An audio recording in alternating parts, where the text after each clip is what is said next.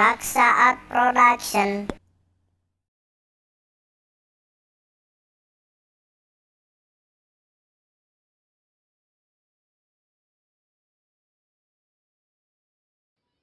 Para hadirin, kaum muslimin wal muslimat, anu di mana bae ayana, alhamdulillah, atuh urang Karawang sakarawang, urang Bekasi oge sabakasi, urang Jakarta sajakarta, urang Tangerang satangerang, Bogor sabogor, Cileungsi sacileungsi, Cikampek oge sacikampek, teras ka Cilamaya dugi ka Ciparage.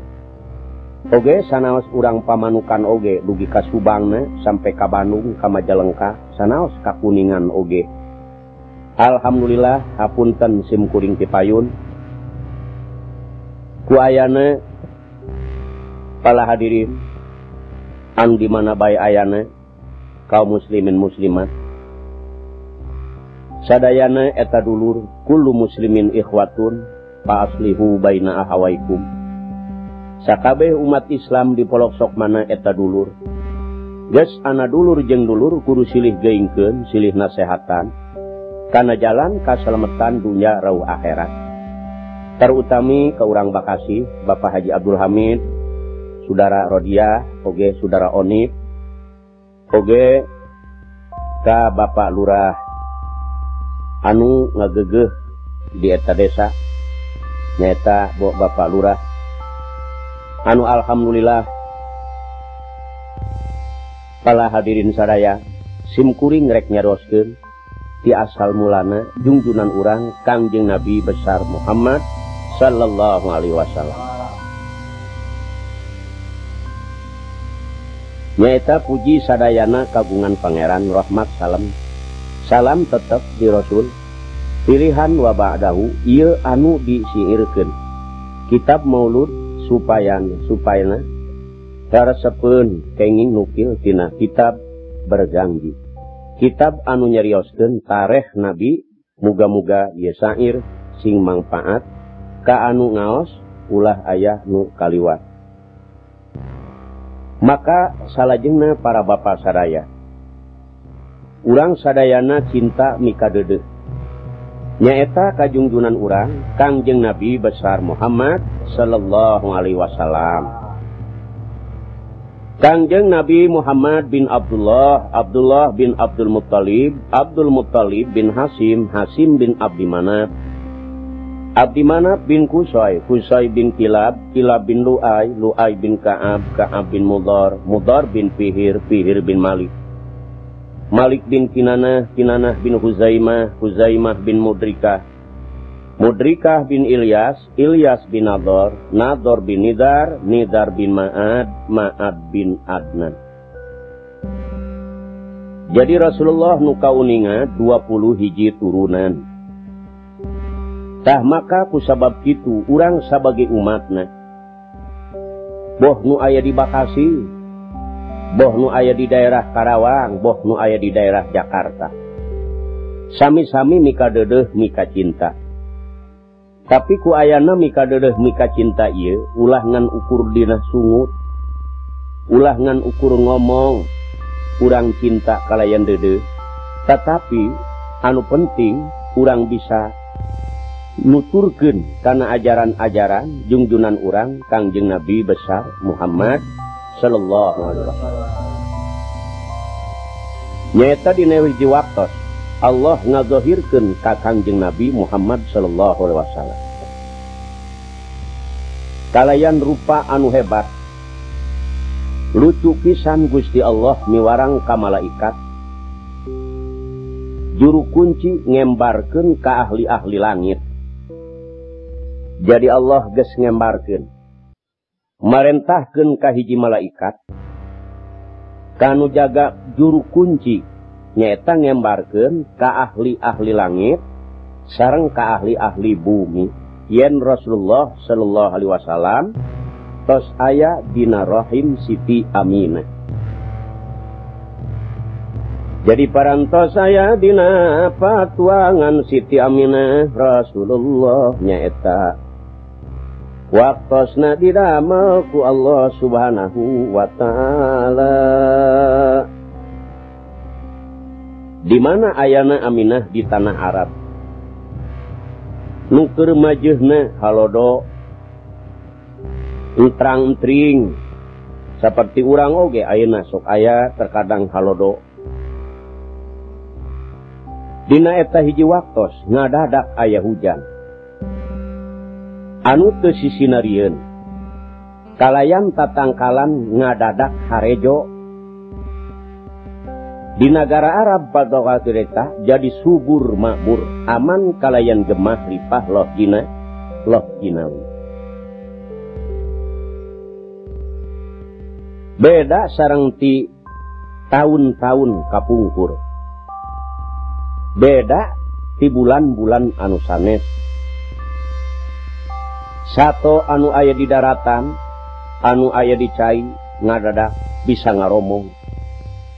Eta si sato bisa ngomong gunem catur kawas barudak jiga barudak ngararobrol nyeta karaton-karaton pating garuling ruksak tapekong berhala pating jarung palit ku ayana ieu junjunan urang Nabi besar Muhammad sallallahu alaihi wasallam. Sato darat sato cai ngadadak pisan. Nyaeta sasato anu aya di darat nu aya di cai ngadadak mararijah. Ting alajret hilir ka hilir mah mararudik. Eta si sasatuan teh anu di darat nu di cai ayana. Jadi istuning kulantaran atoh ngadadak sing alajret milir mudik mun urang teh mah kaditu kadieu teu sisinarieun bunga anu amarwata suta malah bangsa jin sakabeh bunga eta jin-jin oge nepi kalabah bunga tah kitu pala sadere iwal ti tukang tenung sarang tukang torah. Jadi tukang torah ieu seperti dukun-dukun anu ayeuna. Iwal ti eta we nu bararingung teh. Jadi elmuna teh ngadadak caramal. Hanteu marengpan, henteu seukeut sacara biasa. Jeung ngarasa anjeunana teh ngarasa keueung anu teu aya hinggana. Ngarasa bingung anu teu aya hinggana. Jeung sararieun hawana teh eta para pandita anu apal kana kitab nyarioskeun yen bakal datang ti Arab hiji nabi anu tos jadi utusan. Jadi tukang Torah ilmu anu lar tina agama Islam pandita kabeh pada bingung pada keueung. Para pandita anu apal kana kitab nyarioskeun yen bakal datang ti Arab hiji nabi anu tos jadi utusan. Tah ku ayana eta teh habar anu kacida poharana. Jeung Nabi Muhammad sallallahu alaihi wasallam panutupan pisan nabi. Teu aya deui nabi. Dina hiji wengi Aminah teh ngimpe. Saha ari Aminah teh nyaeta ibuna junjunan urang Nabi besar Muhammad sallallahu alaihi wasallam. Tah kitu pala saderek parantos pada uninga meureun sadayana ge kaum muslimin muslimat. Nyaeta ngimpen aya nu sumping. Sarta nyarioskeun dina eta cariosan teh anjeun Aminah ayeuna keur ngabobotkeun Gusti Allah Muhammad sallallahu alaihi wasallam. Cek eta impenan anjeun Aminah ayeuna anjeun keur ngabobotkeun Gusti Allah nyaeta Kangjeng Nabi Muhammad sallallahu alaihi wasallam. anu pilihan dina waktos ngabobotkeun 2 sasi ramana Abdullah pupus. Tuh pala sadere, ieu Rasulullah tegas jadi yatim. Tah anu mawi urang sakabeh manusia nu beragama Islam sing inget ka barudak yatim. Ieu Rasulullah dalam kandungan kene parantos dikantun ku ramana Said Abdullah nyaeta pupus. Di mana ieu pupusna? Nyaeta di Madinah. Tah ieu pala saderek sadaya. Ramana Abdullah pupus di Madinah. Dipadalkeunana Kangjeng Nabi memeh pajar nyaeta. Memeh bijil pajar. Dina poe Senin mulud tahun gajah, dina sasi mulud mah tahun gajah. Tah didinya pala sadere, naon anu matak disebut tahun gajah? Sebab pada waktu harita Raja Abroha nek ngaruksak kana eta Ka'bah. Sebab sesembahanana geus teu payu. Kitu pala sadere, sirik pidikna manusia teh. Nya akhirna eta teh para saderek disesepan ku ibuna 7 dinten ti harita ku Suaibah diteraskeun alhamdulillah nyata dirawat. Nya anu ayeuna ku Suaibah diteraskeun yuswanana teh sabada disesepan ku Suaibah Kangjeng Nabi disesepan ku Halimah. Saparantosna Halimah nyusuan Kangjeng Nabi, tidinya asal susu lepet kurang cai, asalna mah eta Halimah teh aya ku aneh. Jadi bener kitu kakawasaan Allah. Asalna mah susuna teh lepet, eueuh caian, tapi ku ayana bekaberkahan ti Allah. Jadi bener, jadi nyeungsreung. Sakumaha budak parawan majana maja putri seueur pisan eta ti susuna.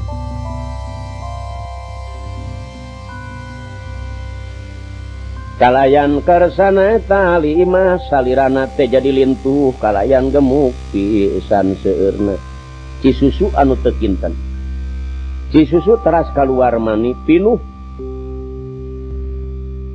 Anu tadina sagala kurang, anu tadina sagala rupa saat, ngadadak ingon-ingonan oge onta, domba, marontok ngadadak sakala.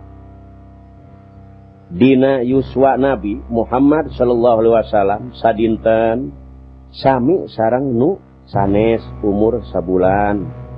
Tah ieu sadinten teh sarua jeung orok batur anu sabulan. Putere nyaeta saya ngadadak dina suan dina yuswa 3 bulan teh. Saya tiasa mapah dina yuswa 5 bulan tos tiasa mapah. Dina waktu 8 bulan yuswana parantos tiasa nyarios. Tah ieu pala sadere. Jadi Rasulullah ieu manusia anu luar biasa. Beda jeung orok-orok anu sanes.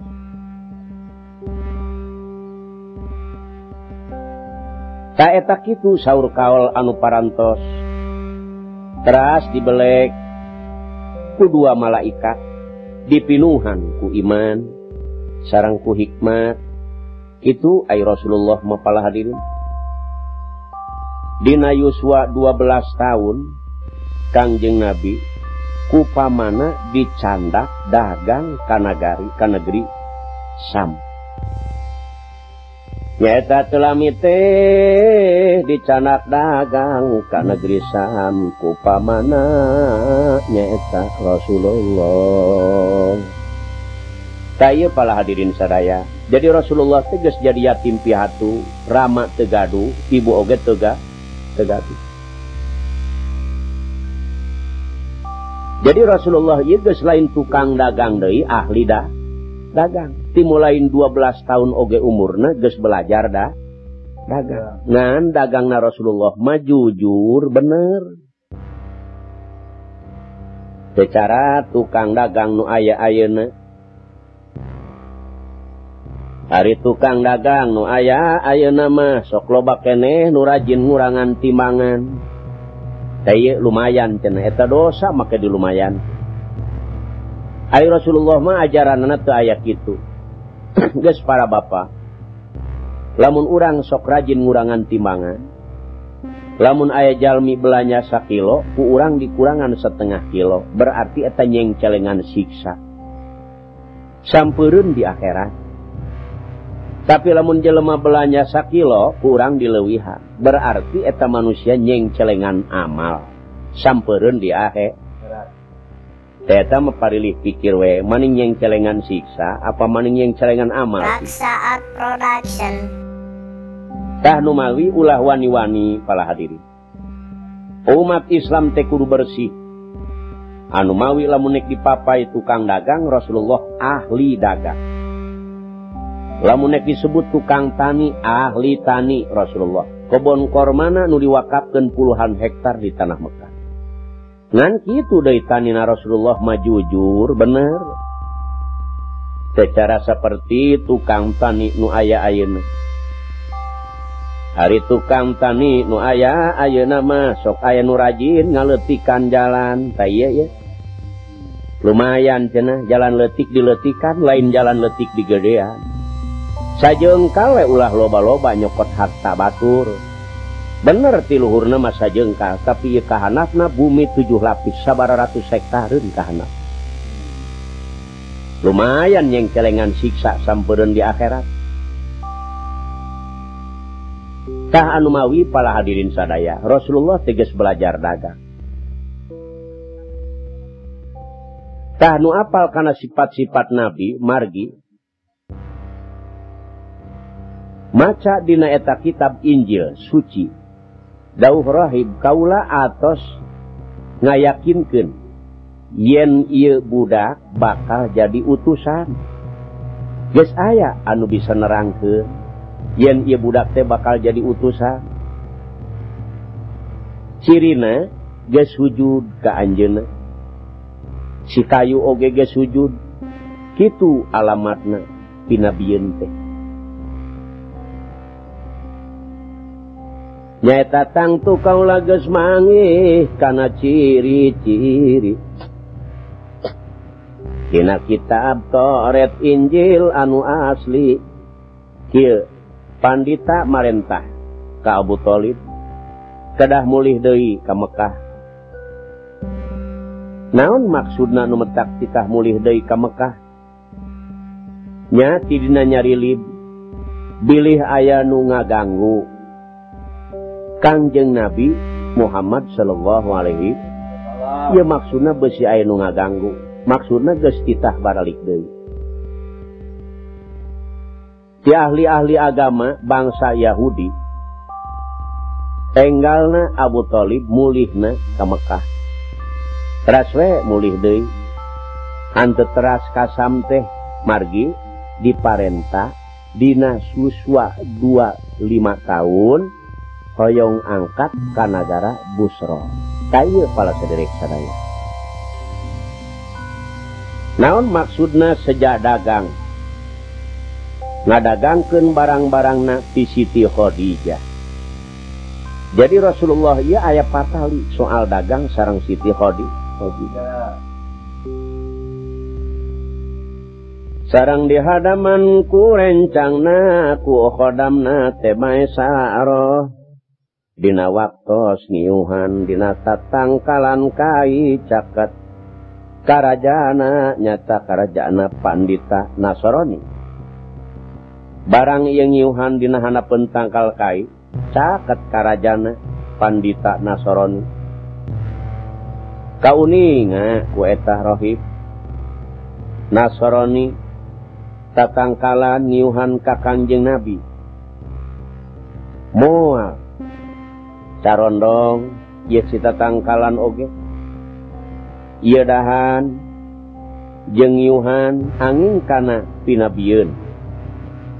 Tak kitu pala sadere. Teu aya tirituna tatangkalan kudu cara rondo. Angin kana pinabieun akhir zaman. Sabah dinya pala sadere. Teras mulih deui ka Mekah, teras nepangan ka Siti Khadijah. Sasumpingna Maesaroh teras unjukan ka Siti Khadijah, teras nguningakeun ka anjeunna di jalan dicaritakeun kan teu aya nu kaliwat salalakon oge. Daganganana ku Allah Subhanahu wa taala diberkahkeun, bertikel-tikel pala sadere menang kauntunganana oge. Tah kitu pala hadirin. Geus anu penting teh urang teh menang pitulung ti Allah. Boh dagang, boh tani, boh ilmu. Tah ieu lamun ilmu teh dimangpaatkeun, kumaha pala sadere. Maka anu harita Siti Khadijah teh wakca balaka. Nyaeta wakca balaka kasaha kajungjunan urang Nabi besar Muhammad sallallahu alaihi wasallam. Kulantaran Siti Khadijah teh mika cinta, maka ka Kangjeng Nabi teras unjukan. Siti Khadijah mika cinta, maka Kangjeng Nabi kapaman unjukan oge ka kaula. Tah maka ku sabab kitu pala hadirin anu mawi Siti Khadijah ieu harta kakayaanana anu kalintang seueurna, anu kalintang poharana, nyaeta diterangkeun ku Siti Khadijah atuh sadayana sami pada bunga. Siti Khadijah mah wanita utama anu budina luhur, anu sobar tawakal ka Allah Subhanahu wa taala. Tah ieu udu ibu urang oge kudu hoyong. Tah kitu boga budi anu luhur, budi pekerti anu sae pinuh ku didikan agama. Nyaeta Siti Khadijah mah dina agamana sareng dina kagelisana kaceluk kawun-awun kakoncara kajana pria. Kitu deui dina kabeungharana Siti Khadijah anu sakitu mapoharana. Dina agamana Siti Khadijah mah atuh kagelisanana nya kitu deui dina kabeungharanana. Jeung dina nasabna teh hese neangan tandinganana. Hese piisreun model Siti Khadijah. Tah maka ku sabab kitu pasegi pala hadirin ai urang mah sok keur mah teu boga jadi awe sok olo-olo. Benar. Keur mah jore gumelis. Kasalaki ngan masean ngungkul. Sungut pos tutut monyong. Tah ieu Siti Khadijah mah anu sakitu gelisna, sakitu seueur harta banana, tetep budi pekertina teh luhur, sopan santun, ramah tamah. Ai urang Bapak sia, Mas sia. Tah ieu nempak mana bisa rek menang keberkahan atuh ti Allah. Kanu akhirna para saderek Abu Thalib teh ngalaambar. Puji syukur ka Allah anu maha kawasa. Alamul ghuyub. Maka teras kuramana ditikahkeun ka Nabi Muhammad sallallahu alaihi wasallam. Tah didinya pala saderek. Jadi Rasulullah teh ku sebab pelantaran dagang dugi kalabah nikah ka Siti Khadijah hiji randa anu kaya raya. Upami teu lepat Siti Khadijah pada waktu harita teh yuswana 40 tahun. Tak kitu Pak Haji Abdul Hamid. Ayo Rasulullah mah yuswana teh ngan 25 tahun. Teras we tadi kawinkeun jadi benten teh 15 tahun. Pala saderek saya ya. Dina yuswa Nabi anu sakitu poharana benten sareng Siti Khadijah. Tah urang Quraisy teh kana Ka'bah ngaraos waktu harita ngarumayankeun kana Ka'bah teh. Saban-saban golongan oge dinarek neungdeun deui Hajar Aswad oge kana tempat anu paranti dugi kacekcok. Kumaha maksudna dugi kacekcok? Nyaeta teh jalmi mah sok paluhur-luhur tampian. Itu rasa panggagahna, ieu panggagahna. Tah anu akhirna dugi kalebah timbul huru-hara sarta ngajak peperangan sagala. Tak ieu pala sederek sadaya. Kulantaran penyakit girang-girang tampian teh kitu anu ahilna timbul mahuru-hara ala kadar neun Hajar Aswad kana tempat anu parantina. Dugi kacekcok, dugi kariweuh pada waktu eta harita. Kumaha akhirna lami-lami pada arinsak dipasrahkeun ka hiji jalmi anu bisa meresan kana ieu teh kudu kumaha carana. Teras pala sederek aya pamutus aya nu mutuskeun. Nyaeta jalma teh mutuskeun ku putusan kieu. Saha-saha nu pangheulana asup isukan asup ka Masjidil Haram ti lawang pangkabuktinan nya tina lawang mangka kabuktian isukna teh Kangjeng Nabi sallallahu alaihi wasallam. Tah cek anu mutuskeun kitu eta mah saha-saha nu pangheulana asup ka Masjidil Haram. Maka kabuktian kaleresan Kangjeng Nabi anu pangheulana. Jadi eta sadayana golongan anu marebutkeun teh ridho ku Kangjeng Nabi Muhammad sallallahu alaihi wasallam. Tah kitu di hukumanana teh. Ieu neundeun deui Hajar Aswad teh teu kudu riweuh, teu kudu pacekcokan, teu kudu pasea. Cek nu ngahukuman eta mah saha nu pangheulana asup ka Masjidil Haram, ta eta. Terasa Hajar Aswad ku Kangjeng Nabi diteundeun dina tengah-tengahna. Tengah-tengah naon? Tengah-tengah sorban. Tah ieu. Teras nyaur ka unggal wakil-wakil ti kaum-kaumna, yeuh ti golongan itu, ti golongan ieu hayuh darareuketan ye ka dieu. Supaya anjeun kabeh nyararekel kana ieu sisi sorban. Teras diangkatna teh ku babarengan ku Nabi ditempatkeun kana asalna. Tah anu akhirna alhamdulillah anu pacekcokan anu riweuh dugi kaberesna ku aturan kitu sadayana suka kalayan senang. Raksaat Production. Anu akhirna ieu Hajar Aswad tetep deui di tempatna. Alhamdulillah matuh deui. Tah kitu pala sederek Rasulullah teh pinuh ku kabijaksanaan. Seolah-olah anu cekcok jadi akur, anu riweuh jadi beres. Kitu Rasulullah mah mawa kana arah jalan kaselemetan dunya rauh akhirat.